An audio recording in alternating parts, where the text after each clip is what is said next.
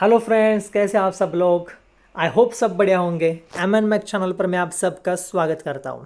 तो आज हम देखने वाले हैं इंडियन रेलवे के स्टेशन मास्टर के सैलरी स्लिप के बारे में। तो हमारे पास यह एक सैलरी स्लिप है जो कि नॉर्दर्न रेलवे दिल्ली जोन की ये सैलरी स्लिप है। उसके बाद दिख रहा है कि फिरोजपुर डिवीज़न, दिल्ली जोन के फिरोजपुर डिवीज़न का एक सैलरी स्लिप है जो कि अप्रैल 2023 के, यहाँ पर भी हमें दिख रहा है हिंदी में अप्रैल 2023 के लिए वेतन पर्ची। तो देखते हैं इस वेतन पर्ची में क्या क्या है। तो सबसे पहले एम्प्लॉयज़ का डिटेल्स है जो कि हाइड किया हुआ है। उसके बाद एम्प्लॉयज़ का नेम जो कि हाइड किया हुआ है। उसके बाद आता है डेजिग्नेशन, वे किस पद पर कार्यरत है। तो हमें यहाँ साफ साफ दिखाई दे रहा है कि वे स्टेशन मास्टर के पद पर कार्यरत है। तो उसके बाद आता है डिपार्टमेंट, स्टेशन मास्टर का जो पद है वो किस डिपार्टमेंट में अंदर आता है। तो हमें दिखाई दे रहा है यहाँ पर कि ऑपरेटिंग डिपार्टमेंट के अंदर स्टेशन मास्टर का पद आता है। वे किस पद पर कार्यरत है, तो यहाँ पर दिख रहा है वे किस स्टेशन पर कार्यरत है। उसके बाद एक बिल यूनिट और आधार नंबर जो कि एम्प्लॉयज़ का आधार नंबर है। यहाँ पर जन्म तिथि यानी कि डेट ऑफ बर्थ 1992 उनकी डेट ऑफ बर्थ है। और उसके बाद आता है लेवल जो कि सबसे इम्पोर्टेंट है, जो कि सैलरी का जो बेसिक है वो इस लेवल पर डिपेंड करता है, जो कि जो स्टेशन मास्टर का पद है वो लेवल 6 के अंदर आता है। तो यहाँ पर दिख रहा है लेवल 6। उसके बाद आता है इंक्रीमेंट डेट, इन एम्प्लॉय की जो इंक्रीमेंट कब होने वाली है। तो यहाँ पर दिख रहा है 1/1/2024 को इनकी नेक्स्ट इंक्रीमेंट लगने वाली है। तो हमें पता है कि साल में 2 बार इंक्रीमेंट होती है, यानी कि एक तो 1 जुलाई को होगी या फिर 1 जनवरी को होगी। वो किस डेट पे होगी वो किस पे डिपेंड रहता है। तो अगर हमारे जॉब लगने से 6 महीने से पहले अगर 1 जनवरी आता है तो हमारी इंक्रीमेंट 1 जनवरी को लगेगी। अगर हमारे जॉब लगने के 6 महीने बाद 1 जनवरी आता है तो हमारी फर्स्ट जो इंक्रीमेंट लगेगी तो 1 जनवरी को लगेगी। और अगर एक जॉब लगने के 6 महीने के बाद 1 जुलाई आता है तो हमारी फर्स्ट जो इंक्रीमेंट लगेगी वो 1 जुलाई को लगेगी। तो इसी तरह इनकी जो इंक्रीमेंट लगती है वो 1 जनवरी को लगती है, क्योंकि इनका जो डेट ऑफ ज्वाइनिंग है वो यहाँ पर दिख रहा है, डेट ऑफ ज्वाइनिंग 20/3/2018 है।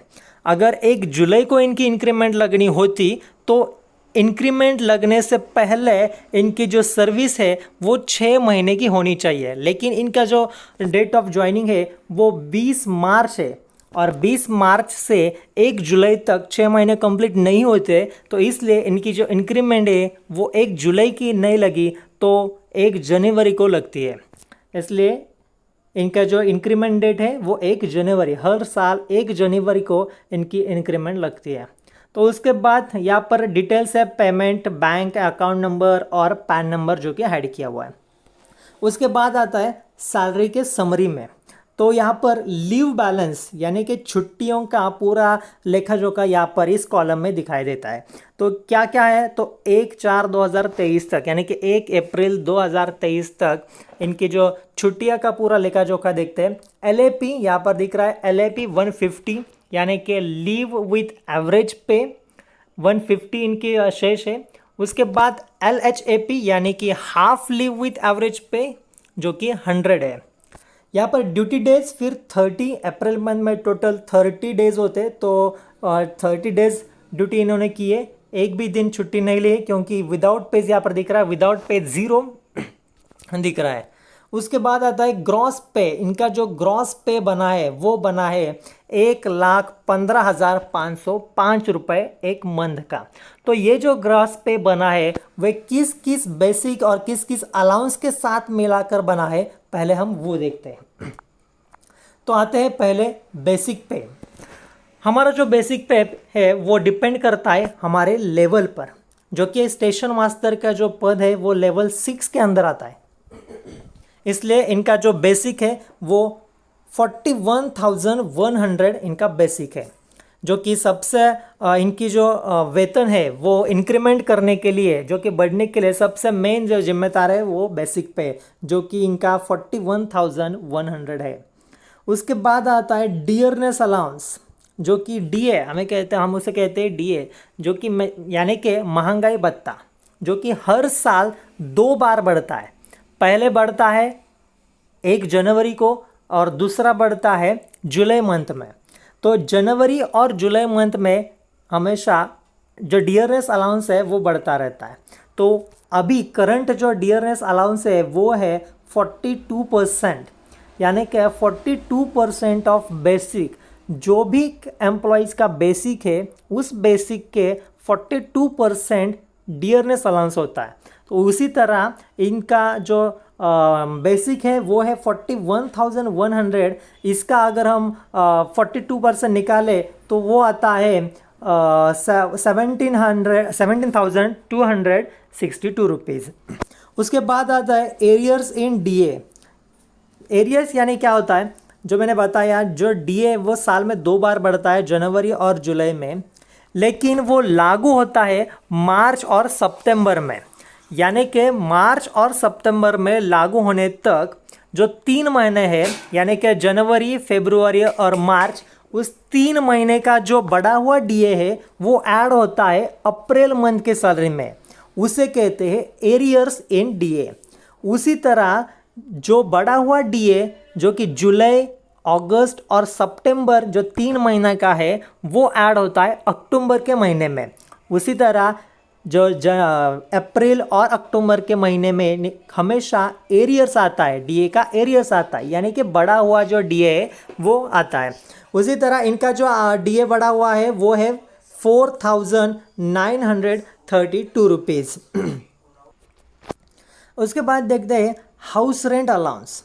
हाउस रेंट अलाउंस क्या होता है, जो कि रेलवे के क्वार्टर्स होते हैं। अगर हम रेलवे के क्वार्टर्स नहीं लेते हैं तो उसके वजह हमें क्या देता है, रेलवे एक रेंट अलाउंस देता है, जो कि 10%, 20% एंड 30% में डिवाइड है। वो किस पे डिपेंड करता है, तो सिटीज़ पे। X cities, Y cities and Z cities का डिवाइड किया हुआ है। इंडिया के पूरे सिटीज़ को इन 3 ग्रुप में डिवाइड किया हुआ है, X cities, Y cities and Z cities. यानी कि एक्स सिटीज़ में अगर आपकी पोस्टिंग लगती है तो आपको जो डीए मिलेगा वो 10% मिलेगा। वाई सिटीज़ में अगर आपकी पोस्टिंग लगती है तो आपको जो डीए मिलेगा वो एचआरए मिलेगा, वो 20% मिलेगा। उसी तरह अगर आपकी पोस्टिंग जेड सिटीज़ में लगती है तो आपको जो एचआरए मिलेगा वो मिलेगा 30% ऑफ आवर बेसिक। जो बेसिक है उस बेसिक के 10%, 20% या फिर 30% आपको हाउस रेंट अलाउंस मिलेगा। उसी तरह इनका जो बना है वो बना है 7,398 रुपीज़। आगे देखते हैं ट्रांसपोर्ट अलाउंस, जो कि 2,556 रुपये इनका बना है, जो कि ट्रांसपोर्ट अलाउंस। उसके बाद आता है एरियर्स इन ट्रांसपोर्ट अलाउंस। जैसे डीए बढ़ता है साल में 2 बार, उसी तरह ट्रांसपोर्ट अलाउंस भी बढ़ता है साल में 2 बार। वही बढ़ा हुआ जो ट्रांसपोर्ट अलाउंस है वो ऐड होता है अप्रैल और अक्टूबर के महीने में। वही बढ़ा हुआ ट्रांसपोर्ट अलाउंस इनका कितना है, तो 216 रुपये। उसके बाद सेल अलाउंस 60 रुपीज़ इनको मिला है। और ओवर टाइम, सबसे मेन अहम जो रोल है इनकी सैलरी बढ़ाने में वो है ओवर टाइम का, जो कि ओवर टाइम में इनको सैलरी मिली है 29,683 रुपीज़, जो कि ओवर टाइम की वजह से इनकी जो सैलरी है वो बढ़ी हुई है। उसके बाद आता है नाइट ड्यूटी अलाउंस। जब भी स्टेशन मास्टर की ड्यूटी जो होती है वो 12-12 घंटे होते हैं। अगर आपको नाइट की शिफ्ट मिली तो उसके लिए आपको एक नाइट ड्यूटी अलाउंस मिलता है, जो कि इनको मिला है 4,538 रुपीज़।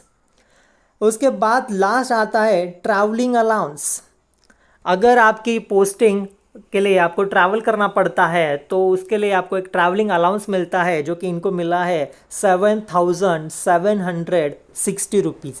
अगर कुल मिलाकर ये सब अलाउंसेस है, अगर इनको कुल मिलाकर इनकी जो ग्रॉस पे है, सकल वेतन है, वो बना है 1,15,505 रुपीज़।